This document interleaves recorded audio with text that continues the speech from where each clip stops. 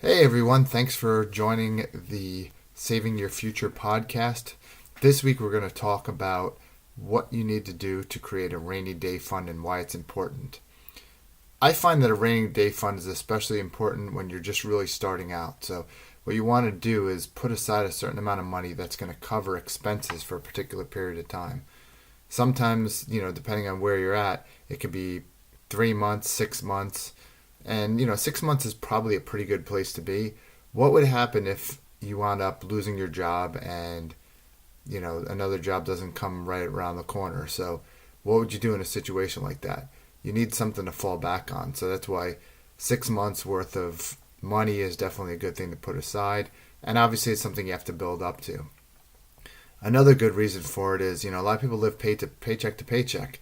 So let's say something goes wrong, like, your car breaks down, or, if you have a house, maybe something goes, like your air condition goes, or broken window, or who knows, whatever it might be, flood, and maybe insurance doesn't cover it. You need to, replace the roof, any of those kind of things. Some kind of emergency comes up where you need extra funds to cover expenses that were unforeseen. That's what you need a rainy day fund for.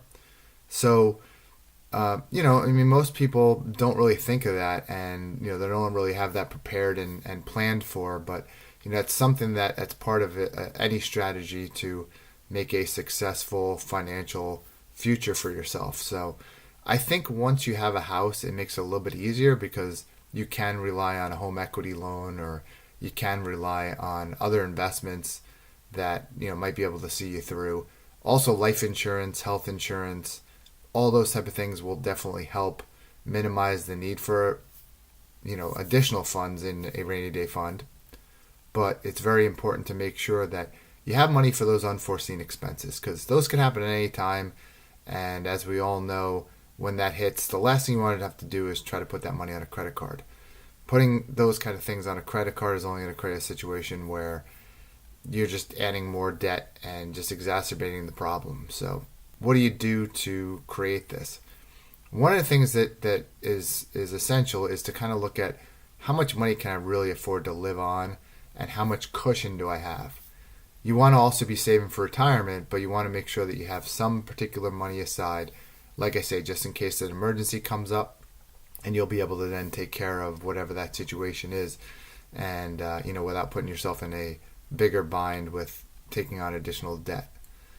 So, as I mentioned, when you get further on in your life and in your savings, you can definitely look at potentially using a home equity loan for something like that. But again, that's debt.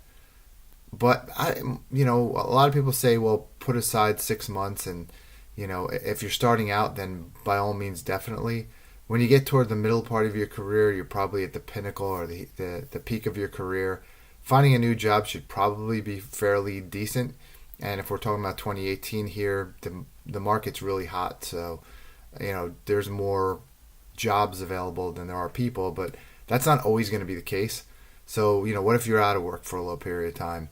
A couple of years ago, if you remember, there was a lot of people on unemployment for a year and even more than that. So, you want to make sure that you're able to withstand that and, put yourself in a decent situation.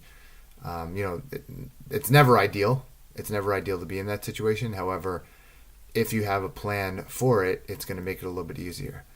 So, I hear a lot of people say take that money and just put it in a bank account. And to me, with interest rates being as low as they are, it doesn't necessarily make sense to do that.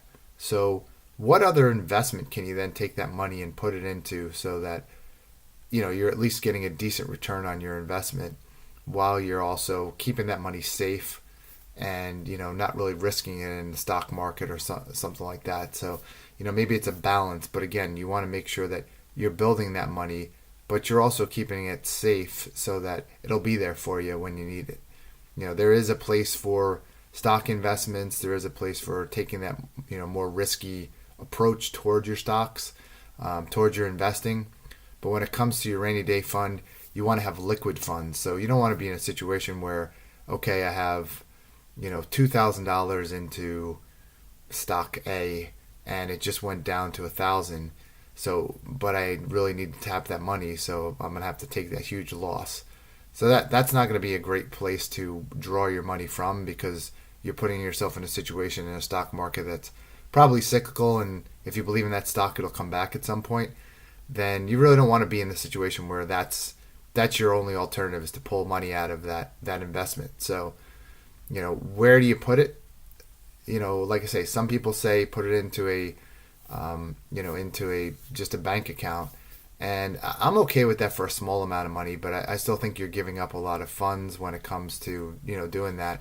If you're just going to put your money into a bank account at 0.1%, maybe you have that for a couple $1,000. But if you're thinking you need $10, $12, $15,000, I'd look for something that's still liquid, but it's going to give you a little bit more of a return on your money than you would get generally with a typical savings account. You wouldn't want to put in a CD either, because a lot of times the CD will be a little bit higher interest rate, but usually they lock you in for 3 months, 6 months, whatever it might be. So again, you don't want to be in a situation where you're paying a penalty to withdraw your own money. So, a bank account is probably good. Some investment in stocks, and maybe you can draw on the gains. But remember, if you're drawing out gain stocks, you're cashing them out, you're going to have a tax consequence to that. So that's obviously a point of consideration as well. So rainy day fund, probably not a ton to talk about here. It's pretty straightforward and self-explanatory. Put money aside for when, in case you need it. Have that extra buffer. Start out getting to a month, 2 months, 3 months, so on. Usually a good rule of thumb is to get up to 6 months worth of income, to cover anything that you might need. We had a situation where we needed new windows in our house. I've seen people have the need for a new roof, and they don't have any money aside for it, so wind up taking out a loan, and that ends up costing you a considerable amount more than what you would pay if you had that money set aside. So those are the type of things that you're gonna look at. Obviously the worst being losing a job. So what are your thoughts? I'd love to hear about that, hear about what you guys think. I want you to interact with me as well. Consider taking a look at my book, which is probably in the description below, you'll see here, and come back and take a look at some of the other episodes that we put out. We're going to cover all the different topics within my book, as well as talk about other topics in finance that come up from time to time. And if you're interested in the book itself, it's called Saving Your Future. You can find it on Amazon. You can find it on Google Play Books. So hope it's something that's of interest to you. But either way, I just want to build that relationship, kind of build the, a conversation here, and share information both in this podcast as well as on my YouTube channel to help people get to the financial security that they're looking for over the course of their lifetime. So here we're talking about obviously what it looks like to have a rainy day fund. Some of my other episodes will talk about buying a car. We'll talk about buying a house. We'll talk about saving for retirement, purchasing stocks, mutual funds, that kind of thing. So I hope this was helpful. I hope you enjoyed listening to this podcast, and look forward to talking to you in future ones. So thanks so much, and have a great day.